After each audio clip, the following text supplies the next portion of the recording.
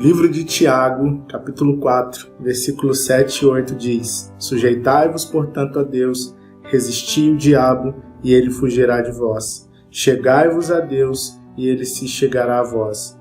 Purificai as mãos, pecadores, e vós que sois de ânimo dobre, limpai o coração. Em dias de caos, em dias de isolamento, como nós temos vivido, como nutrir o nosso relacionamento com Deus? Como permanecer inabalável em relação à fé? É sobre isso que eu quero falar com você. Você precisa entender que o nosso Deus é um Deus relacional. Nós fomos criados com um propósito de nos relacionarmos com Deus. Infelizmente, você sabe que o pecado nos distanciou. O pecado, ele quebrou o relacionamento do homem para com Deus. Graças ao nosso Deus, Cristo Jesus, ele interrompe isso na cruz e restaura o nosso relacionamento. Agora o pecado que nos separava já não nos separa mais e hoje nós temos livre acesso ao Pai. O que fazer para se relacionar com Deus? Você precisa entender o que o texto diz: sujeitai-vos a Deus, resisti ao diabo e ele fugirá de vós. Parece aqui que quando nós lemos, existem dois comandos, né? Se sujeitar e resistir. Mas a verdade é que existe um comando apenas aqui. Você precisa entender que se sujeitar a Deus nos dá autoridade para resistirmos ao diabo.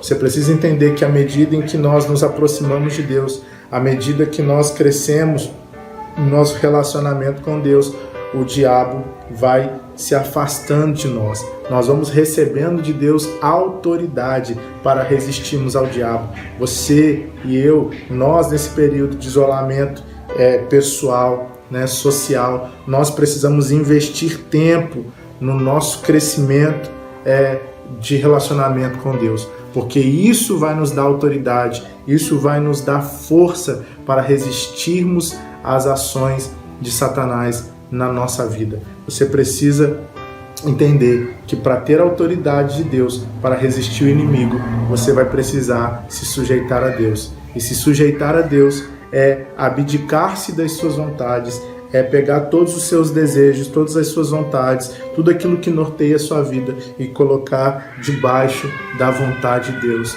Se sujeitar a Deus é aceitar a vontade de Deus.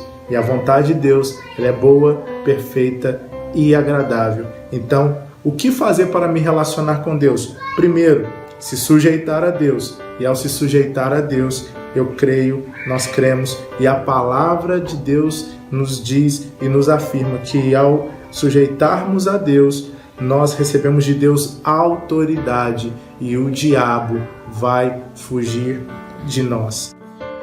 O que gerou essa distância? O pecado, como nós falamos no início, ele rompeu o vínculo de relação entre Deus e o homem. Graças a Cristo Jesus, esse relacionamento foi restaurado. Mas você precisa entender que nós hoje precisamos também fortalecer a nossa vida de relacionamento com Deus. Eu falei agora sobre se sujeitar a Deus. E você precisa entender que se sujeitar a Deus implica uma vida de santidade. Como é importante nesse tempo, onde nós nos isolamos, dos templos religiosos, onde nós nos isolamos de uma vida comunitária. Mas como é importante hoje nós trabalharmos para exercitarmos uma vida de santidade, uma vida de leitura da palavra, uma vida de oração, uma vida de jejum. É importante. Isso é necessário para os nossos dias, para mantermos e nutrirmos a nossa fé e a nossa caminhada em Cristo Jesus. Eu quero incentivar você a permanecer tendo uma vida de oração, uma vida de palavra, uma vida de entrega e de busca ao Senhor, uma vida de santidade. É agora que nós, filhos de Deus, luzes no meio das trevas, devemos manifestar a santidade de Deus em nossas vidas.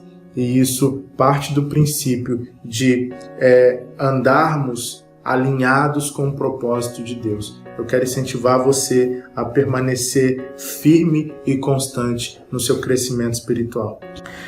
Quais os benefícios de se relacionar com Deus? Bem, olha o que o texto diz para nós. Chegai-vos a Deus e Ele se achegará a vós. Que é um benefício maior e melhor do que esse? Não tem. É importante você entender que Deus nos deu livre-arbítrio. Deus nos deu o poder de escolha. Deus, na sua soberania, na sua graça, no seu poder, nos permitiu escolher entre o bem e o mal, entre aquilo que lhe agrada e aquilo que não lhe agrada. Deus nos confiou essa responsabilidade.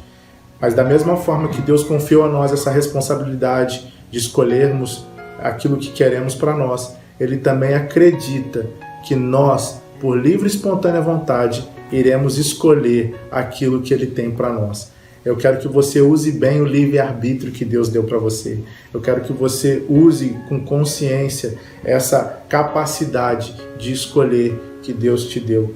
O desejo de Deus é olhar para nós e perceber que em nós há um coração livre que pulsa por querer conhecer a sua pessoa, que pulsa por querer se relacionar com a sua presença. Eu quero que você entenda que o desejo de Deus é olhar para você nesse período de isolamento e perceber que o seu coração continua queimando, que você, por livre e espontânea vontade, se dedica à oração, se dedica à palavra, se dedica em se relacionar e aprofundar o seu relacionamento com Deus. Querido, entenda, o desejo de Deus para nós nesses dias é nos fazer crescer, é nos fazer avançar, romper com aquilo que estava nos limitando. Chegou a hora de você, por livre e espontânea vontade, alguns por livre e espontânea pressão, buscar a Deus. Mas é verdade, eu brinco, mas falando uma coisa muito séria. Muitas pessoas hoje, elas, por livre e espontânea pressão, por conta do isolamento, buscam a Deus. Mas a verdade é que Deus deseja olhar para nós e enxergar em nós um coração livre, um coração aberto, um coração disponível para buscar a sua presença. Eu quero que você, ao compartilhar essa palavra na célula, você fale sobre a importância de ter um coração livre, de ter um desejo constante, né? O que diz o livro de Levíticos: o fogo arderá continuamente sobre o altar e não se apagará.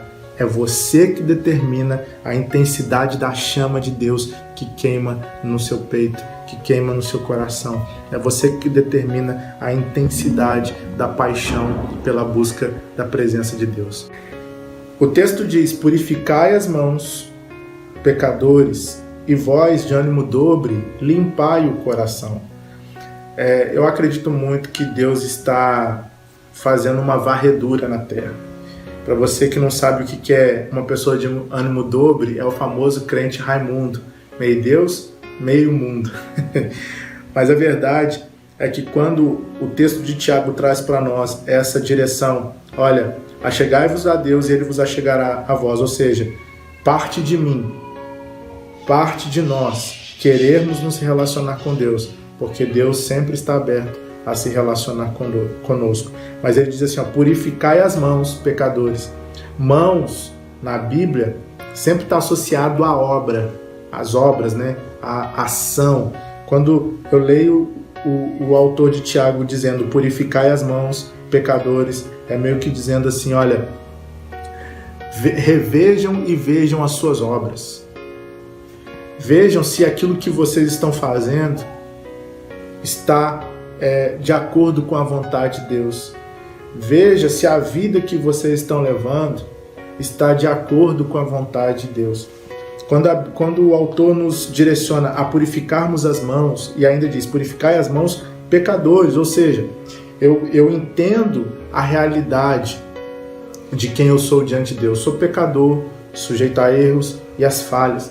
Mas quando o autor nos incentiva a purificarmos as mãos, ele está nos incentivando a constantemente fazermos uma avaliação da nossa condição espiritual, uma avaliação da nossa postura e das nossas ações diante da sociedade e diante de Deus. E ele diz assim, olha, vocês que são de ânimo dobre, limpai o coração. Ou seja, você que até então era crente Raimundo, meio Deus, meio mundo, chegou a hora e Deus te dá a oportunidade de limpar o coração. Limpar o coração aqui significa abrir para que Deus entre e remova aquilo que precisa ser removido. Será que existe algo dentro do seu coração que te impedia de se submeter à vontade de Deus? Será que existia alguma coisa na sua vida ou no seu coração que te impedia de se sujeitar a Deus, e o fato de você não se sujeitar a Deus fazia com que o seu inimigo tivesse acesso às áreas da sua vida e constantemente você se via caindo e recaindo constantemente na mesma coisa?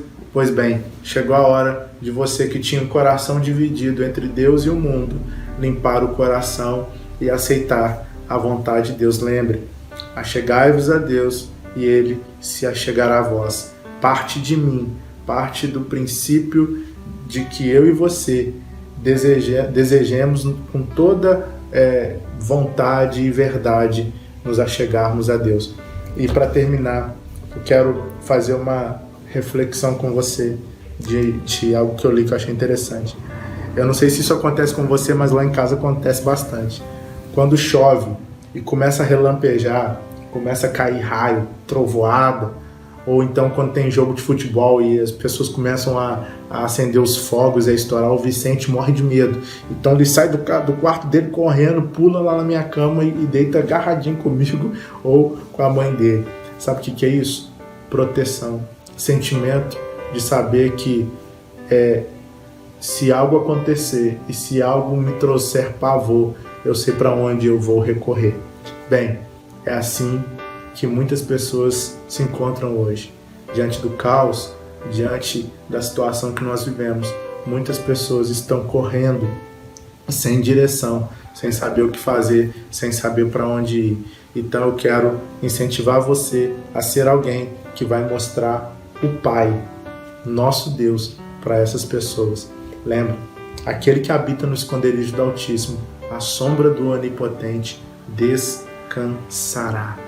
Eu quero te incentivar a permanecer se relacionando com Deus, a investir na busca do aprofundamento do seu relacionamento com Deus, porque quando nós nos achegarmos a Deus, Ele também se achegará a nós. E como é bom saber que nós podemos nos achegar a Ele, porque Ele está conosco. Como diz a palavra, Ele é um Deus presente no tempo da angústia. Ele é um Deus presente no tempo da tribulação. Que Deus conforte seu coração, que Deus permaneça com você e que você busque incessantemente a vontade de Deus e aquilo que Ele tem para a sua vida. Deus te abençoe em nome de Jesus.